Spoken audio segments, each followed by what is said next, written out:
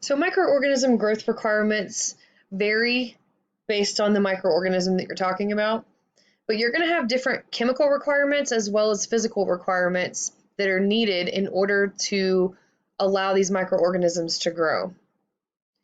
So microbes must have a supply of water as well as numerous other substances, including mineral elements, growth factors, and gas, such as oxygen.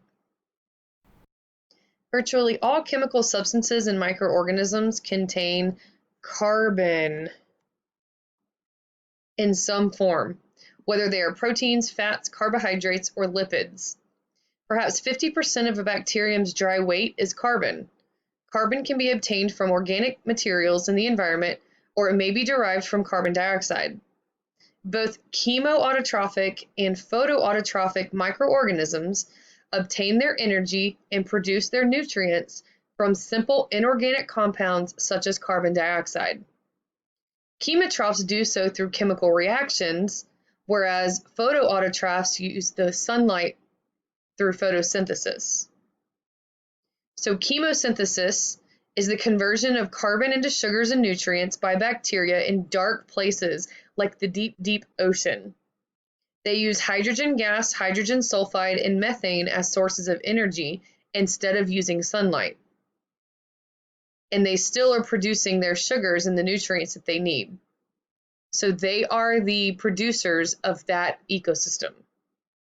In photosynthesis, it's where the conversion of carbon dioxide and water is converted into sugars and oxygen by plants with the help of the energy from the sunlight. So photo, sun, chemo, chemicals.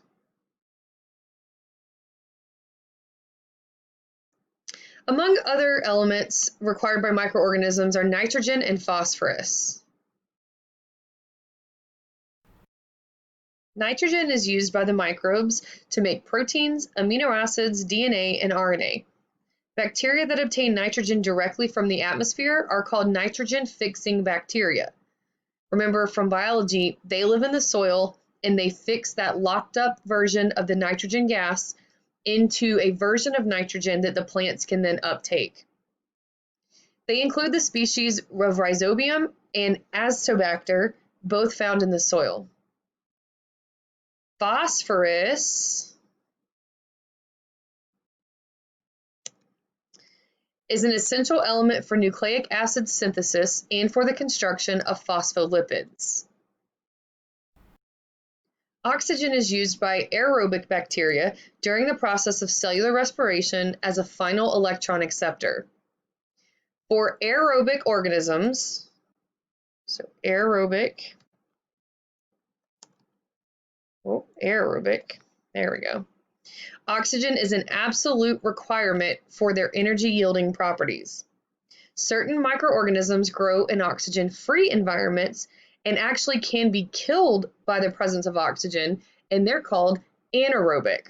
So remember in science, when you put the A or the AN in front of a scientific term, it means not. So in this case, we're meaning not aerobic, okay? Organisms such as these produce odoriferous gases in their metabolism, including hydrogen sulfide gas and methane, meaning they're stinky. Certain pathogenic species, such as Clostridium species, are anaerobic. So there's actually a type of species called facultative, and they can grow in either the presence or absence of oxygen. So they won't be killed by oxygen, but they won't be killed by not having oxygen either. Okay, so they can grow in either environment. So look at the picture here. So you've got these different test tubes of broth, and in each one you have some microbes. The oxygen concentration is going to be high at the top, so there's a lot of oxygen at the top of the broth because the cap is fitted on pretty loosely. Okay, so the oxygen concentration at the bottom of the tubes are very low or even non-existent. Okay, so if you have obligate aerobes in this type of tube, then they're going to all be concentrated at the top where they can get oxygen, because remember, they have to have oxygen to survive. Okay, obligate means must. So obligate anaerobes means they must not have oxygen in order to survive. So since the oxygen concentration is lowest in the bottom of the tube, they're going to concentrate down here, because if they gum up here and they get exposed to oxygen, they could die. All right, and then facultative anaerobes. Remember, facultative means that they can grow either in the presence or absence of oxygen, okay? But you can see they are a little bit more concentrated towards the top, which means they like the oxygen, but they can survive down here in the lower or no oxygen areas. And then you have aerotolerant anaerobes. So aerotolerant just means that they can tolerate any of it, and at any concentration, they're okay. So now we're going to look at some physical requirements of microbes.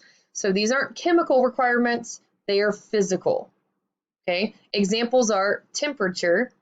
Certain physical conditions affect the type and amount of microbial growth. For example, enzyme activity depends on the temperature of the environment. And microorganisms are classified in 3 groups according to their temperature preferences. They can be psychrophilic, mesophilic, or thermophilic. The temperature at which best growth occurs is called the optimum growth temperature. So look at this chart over here to the right.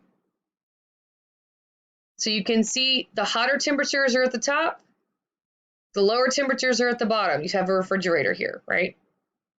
So use those terms, psychrophilic, mesophilic, and thermophilic, and put them on this chart based on where you think they're going to live. And yes, it can be like a range. You can say like, okay, maybe from, 60 to 80 degrees Celsius would be blank, right?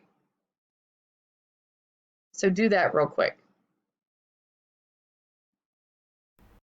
Okay, so hopefully you put the psychrophilic ones down here at the bottom near the refrigerator.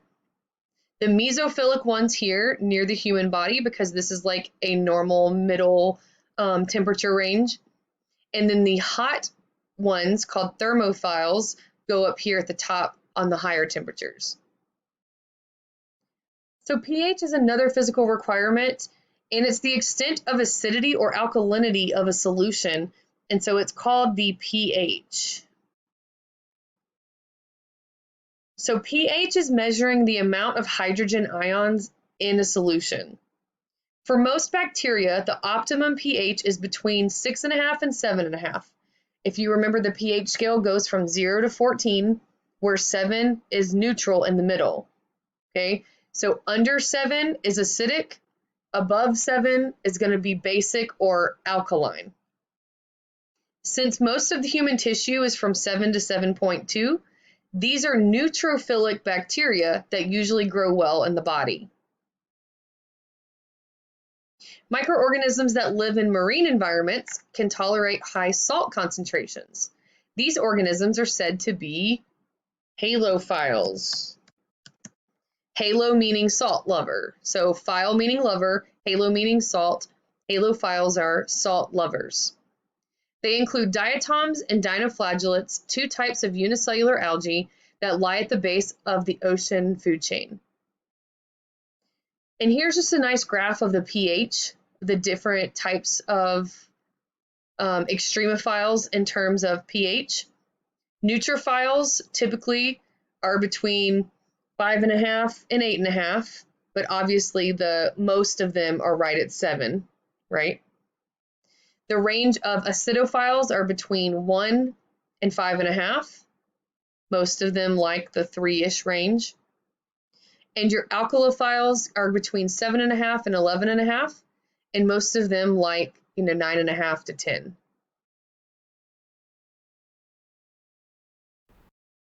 So the next 2 charts are going to give you names of different extremophiles, different types of organisms that live in extreme conditions. And it tells you about them and where they live and some examples of species of that type. So you'll probably need to make some flashcards for these so that you can remember them in the future. Do a Quizlet or something so that you can go back to it and play it over and over again. We're just going to quickly go through them right now. So remember, psychrophiles, are going to be the ones that live in cold temperatures. Examples include microbes that live in the Arctic and Antarctic regions. Examples of species are Anthrobacter and Microbacter.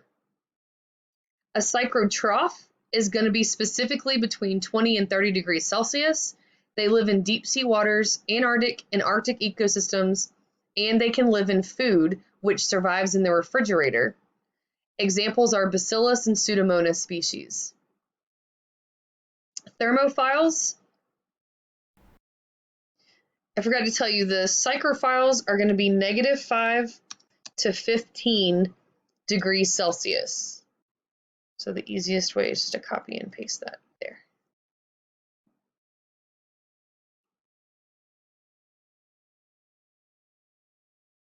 All right, and then the organisms that live in the middle range of temperatures and that live in the bodies of mammals, like E. coli, are going to be called mesophiles. Meso means middle, so the middle temperatures. Thermophiles live between 45 and 70 degrees Celsius. They can live in hot springs or in water heaters in your house, or in compost heaps where it gets really hot. Species include Thermus aquaticus and Thermococcus littoralis. Hyperthermophiles, hyper just means like extra, right? Hot, lover, is going to be greater than 70 degrees Celsius, and they live in hydrothermal vents in the deep ocean. Okay, so now we're getting into the oxygen requirements, the different extremophiles for oxygen requirements. Obligate aerobes means they must have oxygen to survive. Okay, examples are Micrococcus species. And then what is it called when they cannot multiply in the presence of oxygen? Obligate anaerobes. Examples include bacteroids in the large intestines and Clostridium botulinum, which causes botulism. All right, facultative anaerobes, remember, can live with or without oxygen, but they do like oxygen better. And examples include E. coli of the large intestine and Saccharomyces, which is yeast. Microaerophiles require small amounts of oxygen, but too much could actually kill it. So micro means a little.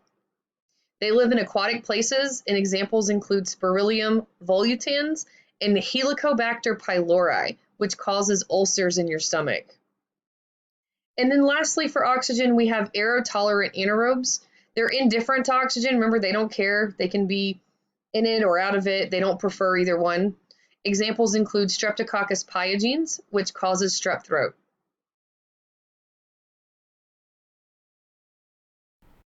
Okay, so now moving on to the extremophiles in terms of pH, so alkalinity and acidity.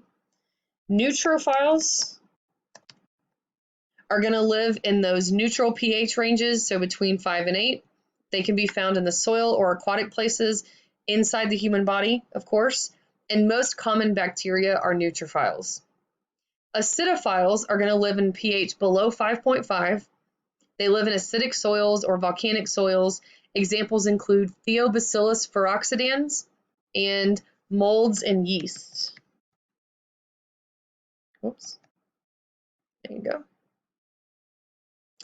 Alkalophiles live in a pH above 8.5. They live in alkaline lakes like salt lakes and soils, and examples include Vibrio cholerae, which causes cholera, and Bacillus alkalophilus. All right, and then we have our salt lovers, and so these are called halophiles. You have mild halophiles that live between 1 and 6% of salt concentration, moderate halophiles, which are between 6 and 15% salt concentration, and extreme halophiles, which live between 15 and 30% salt concentrations. Okay, these are going to be found in the Great Salt Lakes and salty skin and can be found in soils. Example of the species are Staphylococcus, diatoms, and dinoflagellates. Okay, so now we have specific organisms that we're going to talk about and then give you examples of their species and their habitats. So anaerobic chemotrophs. So you've got two terms here. Anaerobic is talking about their oxygen requirement, right? So anaerobic means does not live in presence of oxygen. Okay. And then chemoautotroph means they make food through chemosynthesis using chemicals in their environment. Oh, synthesis. There we go. All right, so we've got examples and habitats over here. You've got methanogens. They are anaerobic chemolithotrophs and members of the domain Archaea. They generate methane and live in sewage, swamps, marine sediments, and mammal digestive tracts. The genus Clostridium are anaerobic chemoorganotrophs and are members of the domain Bacteria. They are gram-positive rods that can form resistant endospores to survive. They live in the soil and some live in the intestinal tract of animals. Lactic acid bacteria are anaerobic chemoorganotrophs and members of the domain Bacteria. They include members of the genre Streptococcus, which is normal flora of your mouth, but can cause disease, which is strep throat. Enterococcus, found in the human intestines. Lactococcus, found in milk, cheese, and yogurt. Lactobacillus, which is normal flora of the mouth and vagina, also found in milk. And Leuconostoc, which is found in plants, dairy, wines, and meat. So next we have anoxygenic phototrophs, which means they do not produce oxygen and they make their own food through photosynthesis. Examples include purple sulfur bacteria, which are found in sulfur springs, purple non-sulfur bacteria found in soils and bogs, green sulfur bacteria also found in sulfur springs, and green non-sulfur bacteria found in hot springs. Next we have oxygenic phototrophs. So this means that they do produce oxygen and they make their own food through photosynthesis. Examples include cyanobacteria, which are found in fresh and saltwater habitats, soils, and surfaces of rocks. So next we have aerobic chemolithotrophs. So aerobic means they live with oxygen. Chemolithotroph means they make their own food through chemosynthesis of inorganic materials. So litho means inorganic, troph means feeder, chemo means chemicals. Okay. Examples include sulfur oxidizing bacteria found in sulfur springs, sewage polluted waters, and on the surface of marine and freshwater sediments. And you also have the nitrifiers, the soil and fresh and salt waters that are going to change that nitrogen to something that the plants can uptake. And then lastly, we have the aerobic chemoorganotrophs. So aerobic means they live with oxygen. Chemoorganotroph means they make their own food through chemosynthesis using organic chemicals. So organic. All right, you're going to have your obligate aerobes, which must use oxygen for respiration. They cannot perform fermentation. This includes 3 different genus. You have genus Micrococcus, Mycobacterium, and Pseudomonas. And then you have your facultative anaerobes, which prefer to use oxygen for respiration, but they can use fermentation when they don't have access to oxygen. And this includes the genus Corneabacterium and the family Enterobacteriaceae.